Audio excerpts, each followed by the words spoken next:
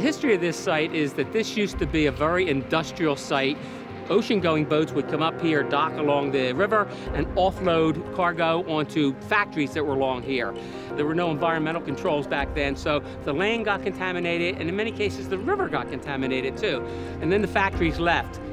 The Grays Ferry Crescent was an industrial wasteland with lots of old structures, abandoned vehicles, just full of junk and overgrown weeds, and not at all accessible to the public. You couldn't really walk back here unless you were very adventurous.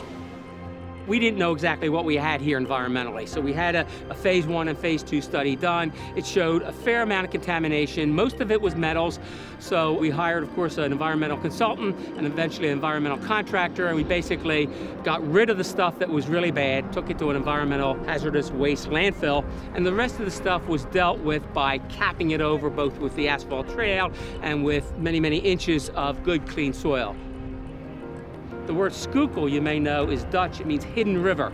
This part of the river was really hidden for 100 years because of industry. So part of our goal is to open that up and reinvent that and put it back into the fabric of the city.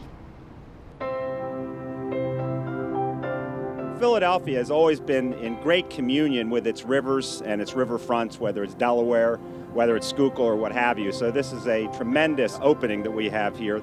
The magic about this, though, is it opens up more river to more people, and especially to folks from South and Southwest Philly, and I know they've been waiting for this for a long time.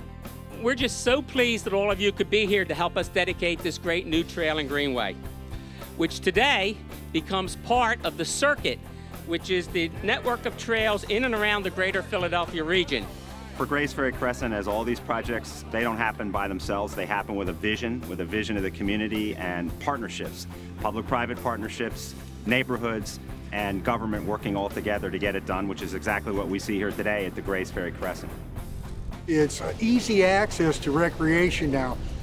This is the best intercity fishing there is in Philadelphia. Bike trail, a nice place to walk their dogs. Yeah, I know where they're heading. They're heading down to their park that the Commonwealth has provided for us. It just changed the whole attitude of the neighborhoods. Once you leave out of your house and come out here and look at the beauty of this, and you might go back home and say, wow, and I can't sit here. I want to come back out here and sit out here for 2 hours. To the residents, it means a lot. We say this is recreational, this is economic development, this is healthy living, this is green jobs. Everything that's happening down here is good, and I think the neighborhood are the real beneficiaries of that, and we're thrilled. Pennsylvania's Brownfields program is the best in the country, no question about it. We were the first with our Act 2 program. We've done a lot of work. We've revitalized about 4,000 sites, including 1,700 of them right here in the southeastern part of the state. We're the most agile program, and we know how to get it done. There are a lot of sites in Pennsylvania, because of its industrial past, that would need redevelopment. So whether we turn them into new industrial sites for new employment or whether we turn them into trails like this one, we have a lot of work to do.